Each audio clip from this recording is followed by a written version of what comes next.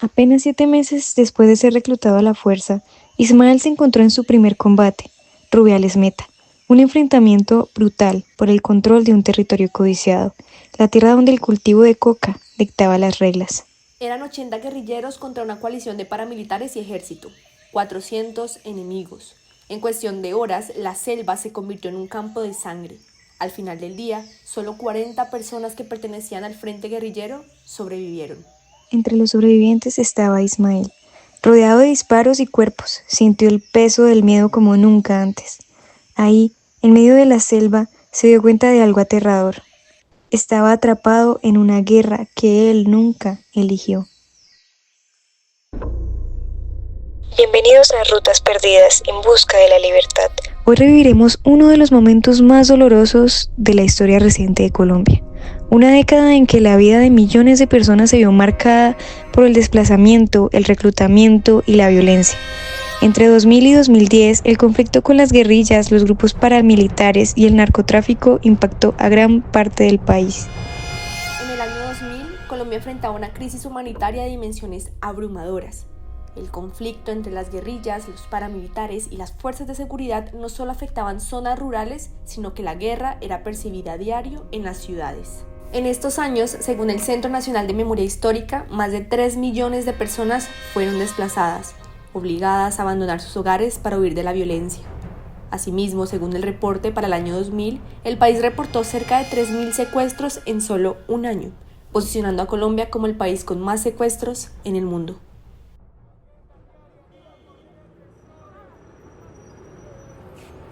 En medio de un país desgarrado por el conflicto y la violencia, la vida de Ismael Parra se transformó en el año 2000. Nacido el 30 de noviembre de 1975 en Fusagasugá, Colombia, Ismael se caracterizaba por ser un joven de carácter tranquilo y reservado, cuya sensibilidad lo hacía destacar entre su numerosa familia de 6 hermanos.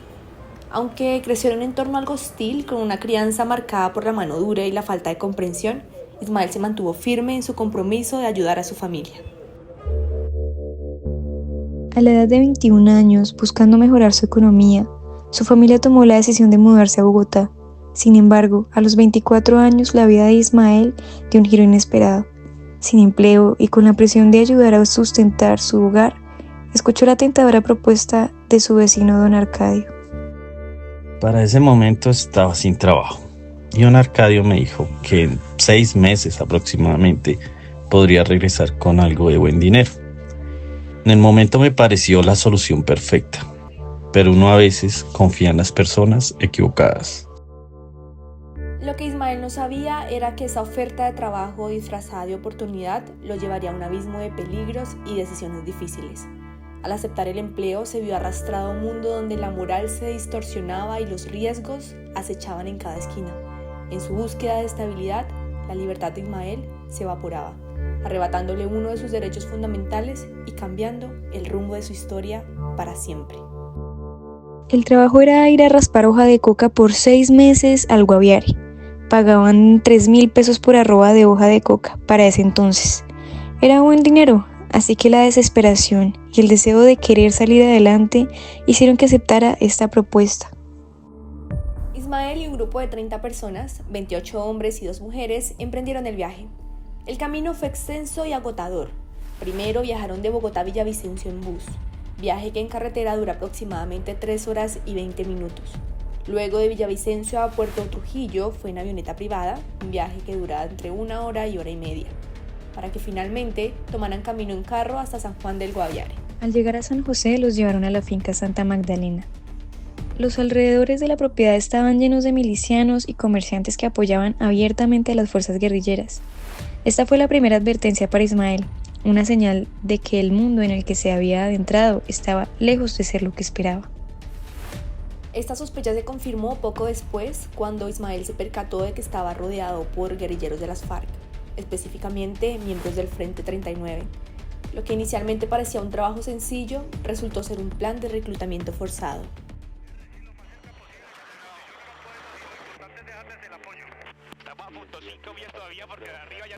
Al cabo del primer mes todo estaba tranquilo, por el momento. Llegamos y al principio todo estaba bien, muy tranquilo. En el transcurso de unos 2 a 3 meses, las cosas empezaron a tornarse diferentes. Pero un momento a otro aparecieron los guerrilleros, armados, y nos dijeron que necesitaban nuestra ayuda. Aunque muchos de nosotros nos rehusamos, ya nadie podía irse. De manera inesperada, Ismael descubrió que don Arcadio, su vecino, y el hombre que lo había abordado en Bogotá no era un miliciano más, era de hecho el hermano del comandante del Frente 39. Todo era parte de un plan. Nunca necesitaron trabajadores. Lo que realmente buscaban eran manos para portar fusiles. Los guerrilleros les advirtieron que si intentaban escapar, los matarían. No había opción. Era adaptarse o morir. Este tipo de trampa era común en esos años, cuando milicianos de la guerrilla reclutaban personas engañadas para aumentar sus filas. A Ismael y al grupo se les obligó a pasar por entrenamiento militar. Aprendieron a manejar sus armas, estrategias de combate y cada día recibían adoctrinamiento. La guerrilla y su ideología en la que se justifica la violencia como el único camino para lograr la justicia social. Nos levantamos alrededor de las 5 de la mañana. Nos ponían a correr, a saltar obstáculos, a cruzar ríos. Luego nos llevaban a charlas de horas y horas, en las cuales nos decían que esta era la única manera de liberar al pueblo, de ayudar. A muchos los convencían con esas palabras, pero no a mí me costaba creerlo. Cada día me sentía con más miedo y con más ganas de salir de allí. La estructura del campamento estaba organizada como una máquina militar. Tenían comandantes de escuadra, de pelotón. Había muchas personas que también habían sido llevadas allí con engaños. Intentar huir era prácticamente imposible. El castigo para los que lo intentaban era el consejo de guerra, un juicio brutal en el que la mayoría de las veces los acusados eran ejecutados. Los meses pasaron e Ismael seguía al interior de esta pesadilla. A solo 7 meses de haber sido víctima de reclutamiento, Misael se encontró en su primer combate en Rubiales, Meta. Una batalla brutal contra una coalición de paramilitares y ejército, que supera a su grupo en número 400 contra 80 guerrilleros. Al final del día, solo 40 sobrevivieron. El combate se centró en la disputa territorial por el control de la coca. Ismael, sintiendo la presión y el miedo, se dio cuenta de que estaba atrapado en una guerra que no eligió. Después de sobrevivir, por primera vez pidió ayuda a su abuela Rosalba, quien Ismael creía que desde el cielo lo cuidaba. Esa conexión con su hogar lo llevó a tomar una decisión. Quería salir de esa vida. Esto no puede ser mi vida. Tengo que salir de aquí.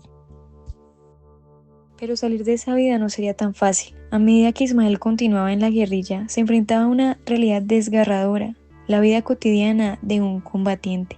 La rutina dentro de la guerrilla era dura y peligrosa. A menudo se encontraban con otros reclutas. Muchos de ellos eran niños, quienes habían sido llevados a la fuerza bajo falsas promesas. Estos milicianos manipuladores aprovechaban su vulnerabilidad, llevándolos a unirse a la guerrilla. Cada día en la selva reafirmaba el conflicto interno de Misael. Por un lado, la lucha por la supervivencia y por otro, el deseo de liberarse de este ciclo de violencia. Su entorno le recordaba constantemente la brutalidad de la guerra, pero también la fragilidad de la vida. Ismael pasó por varios campamentos en Puerto Gaitán, Puerto López y Puerto Trujillo, donde la vida era transitoria. Se desplazó de campamento en campamento, y en cada uno duraba apenas una semana. La vida en la guerrilla estaba marcada por la inestabilidad. No podía quedarse más de un mes en el mismo lugar. Esta constante movilidad era una táctica esencial para evitar ser detectados por el enemigo. Los guerrilleros se organizan en comandos pequeños, de 6 a 10 personas. Esta fragmentación les permite patrullar y moverse de manera más sigilosa, minimizando el riesgo de emboscadas. En un grupo de más de 300 combatientes, la estrategia era vital para la supervivencia en la densa y traicionera selva. Sin embargo, dentro de este sistema se encontraron muchos niños y niñas de tan solo 12 y 13 años, atrapados por falsas promesas. Los milicianos civiles que operaban como agentes encubiertos de la guerrilla utilizaban tácticas manipulativas para reclutar a estos jóvenes, prometían trabajos, mejores oportunidades, incluso eran coaccionados con amenazas y secuestros.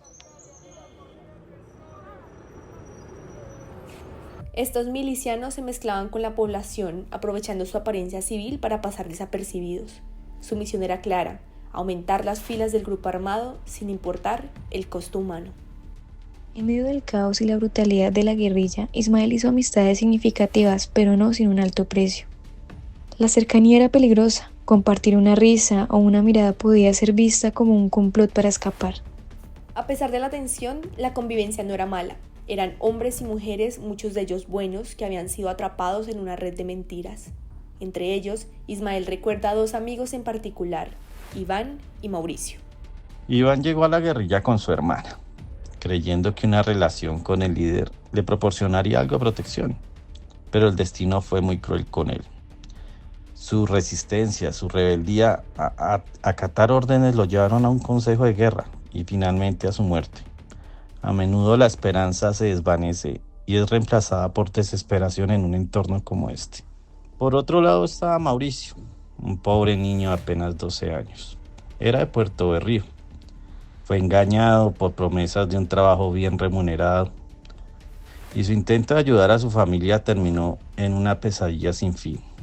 En medio de la adversidad, Ismael forjó amistades con personas como Mauricio y en un momento dado con Iván, compartiendo recuerdos y aferrándose a su humanidad. Aunque no sabían sus verdaderos nombres, su vínculo se convirtió en un refugio en un mundo hostil. En la guerrilla adoptan nuevos nombres no solo como un cambio de identidad, sino como una estrategia de supervivencia. Si eran capturados, la información que poseían podría costarles la vida. Cada alias era un escudo contra la brutalidad del mundo exterior. Con el paso del tiempo, Ismael sentía el peso de su entorno. La desesperación crecía en su interior. Anhelaba morir en combate antes que seguir con esta vida. En un momento de valentía se ofreció a convertirse en miliciano, proponiendo ayudar desde la ciudad a cambio de su vida. Pero su oferta fue rechazada. La guerrilla lo necesitaba más en la selva. Intentar salir como miliciano no funcionó, así que en ese momento decidió empezar a planear su escape. Durante 4 meses, Ismael dedicó cada instante a planear su fuga, trazando un mapa mental que lo llevaría hacia la libertad. Memorizaba los caminos, las trochas que podrían llevarme a una libertad. El riesgo era un precio que estaba dispuesto a pagar con tal de poder salir de allá. Ismael no le comentó a nadie su plan, pues si quedaba al descubierto lo matarían antes de intentar escapar. Pero un día Mauricio, su amigo, entre lágrimas, confesó que deseaba irse. Fue entonces cuando Ismael, sintiendo la urgencia de actuar, le reveló su plan de escape y lo invitó a huir. Mauricio aceptó la propuesta y así ambos comenzaron a buscar oportunidades para liberarse de las cadenas que los mantenían atados. Mauricio me confesó que quería irse de allí. Su deseo de ver a su madre resonó en mí, y en ese momento decidí compartir mis planes de huida de ese lugar. Meses de espera y de estrategias intercambiadas entre Mauricio y Misael los llevó al día en el que vieron cómo un helicóptero del ejército lanzaba folletos al aire. Estos folletos ofrecían a los guerrilleros la oportunidad de entregarse, prometiendo el respeto por sus vidas. Cuando vi aquel volante caer del cielo, sentí mucha esperanza. Era un riesgo, sí, pero era nuestra única oportunidad para escapar. El volante se convirtió en su símbolo de esperanza, pero también en un arma de doble filo. Si alguien al interior de la guerrilla lo descubría, las consecuencias serían fatales. Escondimos el volante como si fuera un tesoro. Sabíamos que debíamos actuar rápido. Pero los planes no salieron como esperaban. La operación 7 de agosto sería su salvación. La cabecilla terrorista de las FARC, alias el Mono Jojoy, era tomarse las poblaciones de Barrancominas y la base militar de Carimagua, además de hostigar las poblaciones de Mapiripán, Puerto Almira y San José del Guaviare. La Operación 7 de agosto fue una importante intervención militar llevada a cabo por el ejército colombiano el 7 de agosto. Se centró en neutralizar la presencia guerrillera en la región del Guaviare, principalmente contra las FARC, las Fuerzas Armadas Revolucionarias de Colombia. La Operación 7 de agosto se presentó como la oportunidad que Ismael y Mauricio necesitaban para escapar de la guerrilla. No estábamos en el campamento cuando se desató el combate. La guerrilla había dado de baja a más de 100 paramilitares y la situación se había tornado crítica. Cuando el ejército intervino, supimos que la situación estaba a punto de cambiar. Los frentes 11º, 42 y el 39 y en la que estaba Ismael se vieron envueltos en un enfrentamiento intenso. Aviones, fantasmas y helicópteros Black Ops bombardearon indiscriminadamente. La violencia fue devastadora. y muchos guerrilleros cayeron bajo los ataques aéreos. En medio de la confusión, logré escapar junto con un comandante y otros guerrilleros. Nos dirigimos a una finca cercana, era la más cercana alrededor, improvisando un nuevo campamento con aquellos pocos que sobrevivieron y quedaban. El campamento original estaba solo a 15 o 20 minutos a pie, estaba muy cerca, pero eso no importaba. La oportunidad de escapar era lo que realmente importaba. El caos y la desorganización eran palpables. Ismael y Mauricio comprendieron que era el momento de actuar. La vigilancia había disminuido y la estructura de la guerrilla ya no era tan estricta.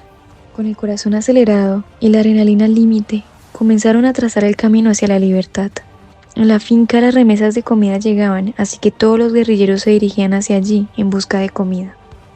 En ese momento Ismael y Mauricio vieron la oportunidad. Mientras se dirigían hacia la finca, se retrasaron de la fila, haciéndose los cojos para llegar de últimas al lugar. Cuando finalmente llegaron a la finca, se dieron cuenta de que los demás guerrilleros estaban lejos, lo que les ofreció la oportunidad perfecta.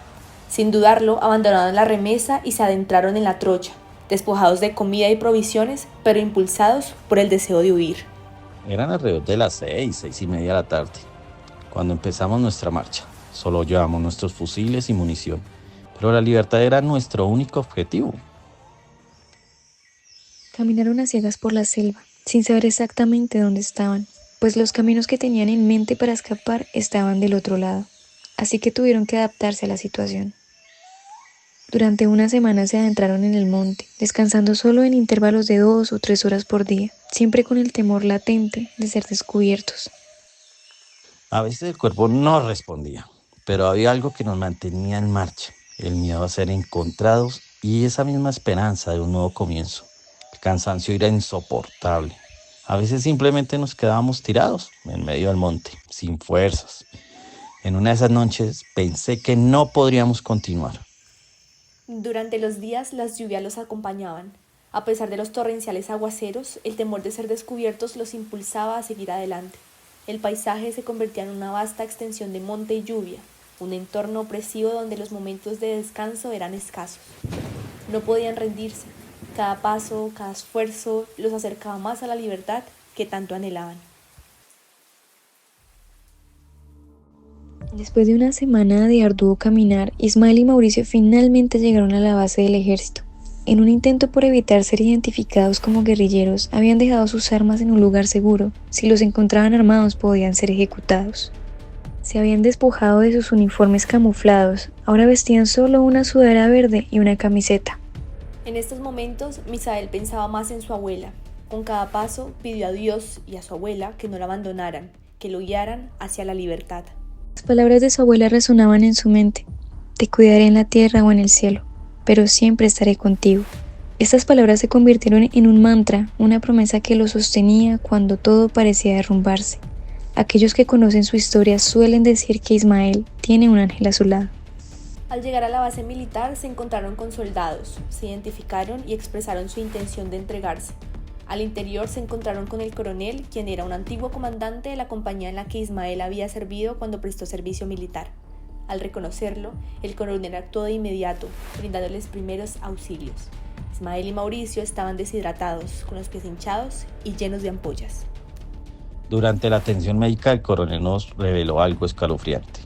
El ejército había interceptado unas comunicaciones que venían del campamento, que indicaban que el comandante de la guerrilla había ordenado no dejar salir vivos a los que habían escapado. Sabíamos que nuestra decisión de huir había sido arriesgada, pero acertada. Tras recuperarse, el ejército le ofreció a Ismael la oportunidad de unirse a sus filas como colaborador. Ismael aceptó, con la esperanza de contribuir a un cambio significativo en su país. Colaborando con las Fuerzas Armadas, Ismael logró desmantelar varios campamentos guerrilleros, incautar armas y capturar a numerosos combatientes. Fue fundamental para desarticular por completo el Frente 39. Se rescataron a varias personas. A Mauricio lo llevaron al Instituto de Bienestar Familiar. Ya desde ese momento sus caminos se separaron. Ismael, por razones de seguridad, no ha tenido noticias de él desde entonces. El ejército le ofreció a Ismael la posibilidad de cambiar su identidad y ser trasladado a Canadá o Estados Unidos por su seguridad. Sin embargo, decidió rechazar la oferta. No quería dejar a mi madre sola. Preferí recibir una indemnización que utilicé para abrir un negocito de víveres, de alcohol, que quedaba cerca a la base de la Fuerza Aérea. Continuó colaborando con el ejército durante un tiempo, aprovechando su experiencia adquirida en la guerrilla. Se enfocó en desmantelar campamentos guerrilleros, quemando cultivos de drogas y erradicando las operaciones de la insurgencia. Su esfuerzo marcó un cambio significativo en la lucha contra el narcotráfico. Duré casi un mes trabajando con el ejército, patrullando por aire y tierra del monte. Luego recibí una oferta para ser soldado profesional. Sin embargo, el dinero prometido no se comparaba con el apoyo económico que el Estado podría ofrecerle. Ante esta alternativa, decidió quedarse con lo que tenía y abandonar el camino militar. Años después empecé a cuestionar si realmente había tomado la mejor decisión. Tal vez me apresuré, tal vez opté por lo más inmediato. Finalmente Ismael fue trasladado a la base de Tolemaida, en Melgar, donde recibió tratamiento psicológico durante 3 meses. A través de diversas evaluaciones, los profesionales confirmaron que no había quedado con traumas significativos. Después del proceso en Tolemaida, se le dio la noticia de que podía reunirse con su familia. Cuando les informaron que estaba vivo, no pudieron contener las lágrimas. La familia estaba con todas las emociones a flor de piel. Pues cuando lo volví a ver, cuando lo dejaron ver, pues me dio mucha felicidad saber que estaba vivo y lo abracé. Desde ahí pues ya habían pasado como 2 años y yo ya era una persona adulta. Entonces entendí que el pasado se deja atrás y traté de mantener una buena relación con él, y ya de ahí para adelante siempre habían cosas que de pronto ponían un muro, pero pues siempre hemos tratado de llevar una buena relación con él. Antes de encontrarse con sus seres amados, Ismael fue trasladado a un albergue en Bogotá por razones de seguridad. Pasó 6 meses allí y finalmente, después de todo este tiempo, logró reencontrarse con su madre. La emoción fue tan intensa que ella se descompensó y necesitó atención médica. Verme y saber que estaba bien y vivo fue un alivio para ella. Con el tiempo, sus hermanos también se unieron a este emotivo reencuentro. Para Ismael, el momento de ver a su familia fue profundamente conmovedor. Y pues en algún momento Dios me mostró en un sueño que él estaba vivo y que iba a regresar, y yo siempre tuve como esa sensación de que iba a volver, y así fue. Con el tiempo, pues cuando nosotros nos dieron la noticia que estaba vivo, pues ese día me acordé de ese mismo sueño en el que Dios me mostró que él estaba vivo y que iba a volver. Decidí establecer un negocio en Melgar, un barcito, cerca a la base militar de Tolemaida. Durante los siguientes 5 a 7 años construí mi vida rodeado de mi familia, trabajando para dejar atrás todo aquel doloroso pasado. Luego de este lapso me devolví a Bogotá, puesto que las cosas con mi socia en el bar no estaban funcionando. Al dejar atrás su negocio y regresar a Bogotá, Ismael se sintió aliviado y feliz de estar cerca de sus padres y hermanos nuevamente. Con renovado optimismo comenzó su búsqueda de un nuevo empleo. Después de algunos años de estar radicado en Bogotá, Ismael conoció al amor de su vida, una mexicana con quien por medio de redes sociales tuvo una conexión virtual que transformó su vida. Decidió dejar todo en Colombia para seguirla hasta México, y aunque el cambio fue inmenso, cada día le confirma que tomó la decisión correcta. Hace 8 años dejé Colombia para vivir en México junto con mi adorada esposa. Y hoy no podría estar más contento, más feliz, más tranquilo. Aquí trabajando, en el comercio y compartiendo con ella la vida que siempre quise tener. Siento que he encontrado mi lugar en este mundo. La historia de Ismael es realmente inspiradora. Después de años en la guerrilla y de haber vivido experiencias muy duras, logró cambiar el rumbo de su vida. Hoy se siente feliz y pleno. Y recientemente se casó con el amor de su vida, encontrando una paz que parecía imposible. Su mensaje para quienes escuchan es que, sin importar lo difícil que sea el pasado, siempre existe la oportunidad de salir adelante y construir una vida mejor. La historia de Ismael nos muestra que, con resiliencia y esperanza, cualquier obstáculo puede superarse.